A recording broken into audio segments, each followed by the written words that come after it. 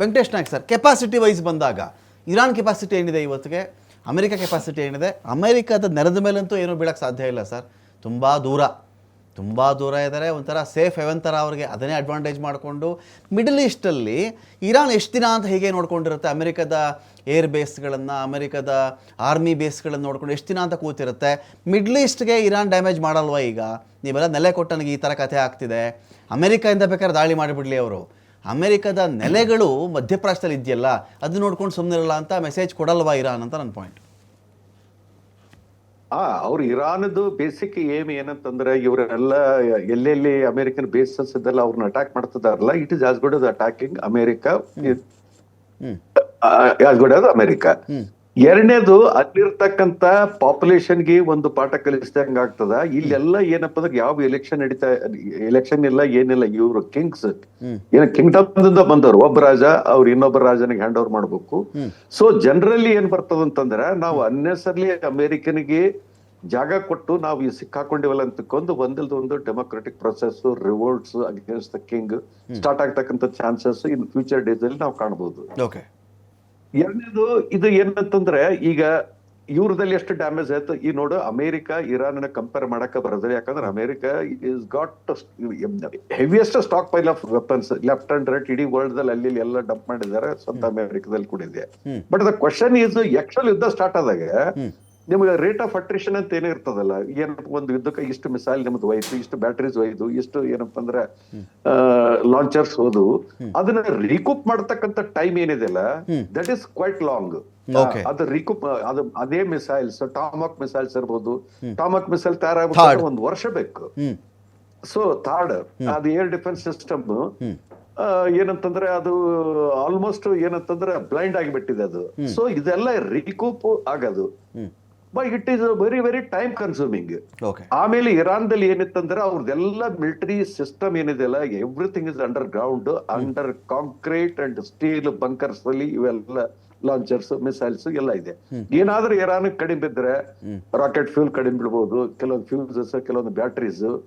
So ಈ ತರ ಒಂದು ಇದಿರ್ತದೆ. ಬಟ್ ಅವರು ಮಿಲಿಟರಿ ಹೊರಗಿನ military installation hardly anything, air force ಎಲ್ಲ ನೀವೇ ಇಲ್ಲ ಅವ್ರದ್ದು. ಆಕ್ಚುಲಿ ಇರೋದು missiles and drones. So everything is under ground.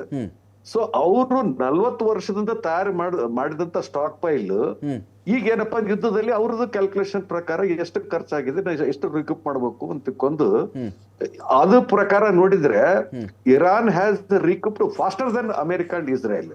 ಇಸ್ರೇಲ್ದಲ್ಲಿ first of all ಯಾವ ತರ ಗಾಜಾ ಕಾಣಿಸ್ತಾ ಇದೆ, ಆ ತರ ಇವತ್ತು Tel Aviv, Ben Gurion airports ಇದು ಬೆನ್ ಗುರಿಯನ್ ಇದೇನಪ್ಪ ಅಂದ್ರೆ ಇದು ಕಾಣಿಸ್ತಾ ಇದೆ ಈಗ. ಯಾಕಂದ್ರೆ ಮೀಡಿಯಾನ ಬಿಟ್ಟು ನೋಡ್ರಿ ನೀವು, ಗೊತ್ತಾಗ್ತದೆ ನಿಮ್ಗೆ. ಅಲ್ಲೆಲ್ಲ ಏನಪ್ಪಾ ಅಂದ್ರೆ ಮೀಡಿಯಾಗ ಕಂಪ್ಲೀಟ್ ಏನಪ್ಪಾ ಅಂದ್ರೆ ಸೆನ್ಸರ್ಶಿಪ್ ಇದೆ, ಯಾರು ಒಂದು ಫೋಟೋ ರಿಲೀಸ್ ಮಾಡೋಂಗಿಲ್ಲ. ಆ ತರ ಅಮೆರಿಕ ಏನಪ್ಪಂದ್ರೆ ಇರಾನ್ ಯಾಕೆ ಮೆಚ್ಚಬೇಕಂತಂದ್ರೆ, ಅದು ಶರಣಾಗಲಿಲ್ಲ. ಅದಕ್ಕೆ ಅಟ್ಯಾಕ್ ಎಲ್ಲ ಏನಂತಂದ್ರೆ it is attacking Kuwait, Jordan, ಏನಂತಂದ್ರೆ ಸೌದಿ, ಬಹ್ರೇನ್, ಮತ್ತ ಏನಂತಂದ್ರೆ UAE, ಇಸ್ರೇಲ್ ಪ್ಲಸ್ ಅಮೆರಿಕದ ಏನಪ್ಪಾ not only land basis, ships, ಅದು ಇದು. ಲುಕ್ ಅಟ್ ದ ಕೆಪಾಸಿಟಿ, ಎಷ್ಟು ಫ್ರಂಟ್ ದಲ್ಲಿ ಓಪನ್ ಆಗಿದೆ and they are still sustaining the war. ಅವ್ರು ಏನಂತಂದ್ರೆ ಶರಣಾಗತ ಪರಿಸ್ಥಿತಿನೇ ಇಲ್ಲ. ದಟ್ ಮೀನ್ಸ್ ಈ ಒಂದು ವಾರ್ಗೆ ಅವ್ರ ಎಕನಾಮಿ ಡಿಸ್ಟ್ರಾಯ್ ಆಗಿರ್ಬೋದು, ಸಿವಿಲಿಯನ್ ಟಾರ್ಗೆಟ್ಸ್ ಡಿಸ್ಟ್ರಾಯ್ ಆಗಿರ್ಬೋದು, ಸ್ಕೂಲ್ ಆಗಿರ್ಬೋದು, ಹಾಸ್ಪಿಟಲ್ ಹೋಗಿರ್ಬೋದು. ಬಟ್ ಮಿಲಿಟರಿ ವಿಲ್ ಏನಿದೆಯಲ್ಲ, ಫೈಟ್ ಮಾಡ್ತಕ್ಕಂಥ ಏನು ಜಜ್ಬಾ ಏನಿದೆಯಲ್ಲ, ಅದರಿಂದ ಇರಾನ್ ಕಿತ್ತಾಕೊಳ್ಳಕ್ಕೆ ಸಾಧ್ಯನೇ ಇಲ್ಲ. ದಟ್ ಇಸ್ ಹೌ ಏನಪ್ಪ ಅಂದ್ರೆ ಅಮೆರಿಕೆಗೆ ಮತ್ತು ಇಸ್ರೇಲ್ಗೆ ದೊಡ್ಡ ಕಷ್ಟ ಆಗ್ತಾ ಇದೆ. ಬೇರೆದ್ರ ತರ ಜಲ್ದಿ ಸರೆಂಡರ್ ಆಗಿ ಗಿವ್ ಅಪ್ ಆ ತರ ಇರಾನ್ದಿಂದ ಸಾಧ್ಯನೇ ಇಲ್ಲ.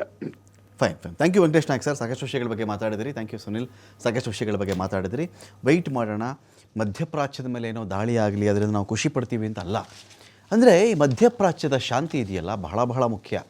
ಶಾಂತಿ ಬರೀ ಒಂದು ಶಾಂತಿ ಕಾರಣಕ್ಕಲ್ಲ, ಆರ್ಥಿಕ ಕಾರಣಗಳಿಗೂ, ಏಷ್ಯಾದ ನೆಮ್ಮದಿಗೂ, ಏಷ್ಯಾದ ಎಕಾನಮಿಗೂ, ವಿಶ್ವದ ಎಕಾನಮಿಗೂ 20% ಆಯಿಲ್ ಸಪ್ಲೈ ವಿಚಾರಕ್ಕೆ ಕನ್ಸಿಡರ್ ಮಾಡಿದ್ರೂ ಕೂಡ ಬಹಳ ಬಹಳ ಮುಖ್ಯವಾಗುತ್ತೆ.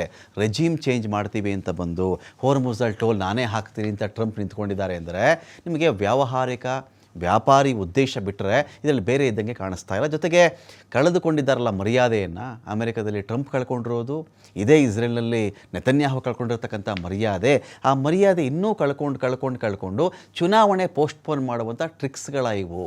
ಅಥವಾ ಈ ಯುದ್ಧ ಅಮೆರಿಕಕ್ಕೆ ಬೇಡದೇ ಇದ್ದರೂ ಇಸ್ರೇಲ್ನ ಕಾರಣಕ್ಕಾಗಿ ಅಥವಾ ಒಂದು ಲಾಬಿಯ ಕಾರಣಗಳಿಗಾಗಿ ಯುದ್ಧ ಇಲ್ಲಿ ಕಂಟಿನ್ಯೂ ಆಗ್ತಾ ಇದೆಯಾ, ಎಲ್ಲಿಗೆ ಬಂದಿರುತ್ತೆ ನೋಡೋಣ ಅಂತ ಹೇಳ್ತಾ ಡಿಬೇಟ್ ಮುಗಿಸ್ತಾ ಇದ್ದೀನಿ. ನಮಸ್ಕಾರ.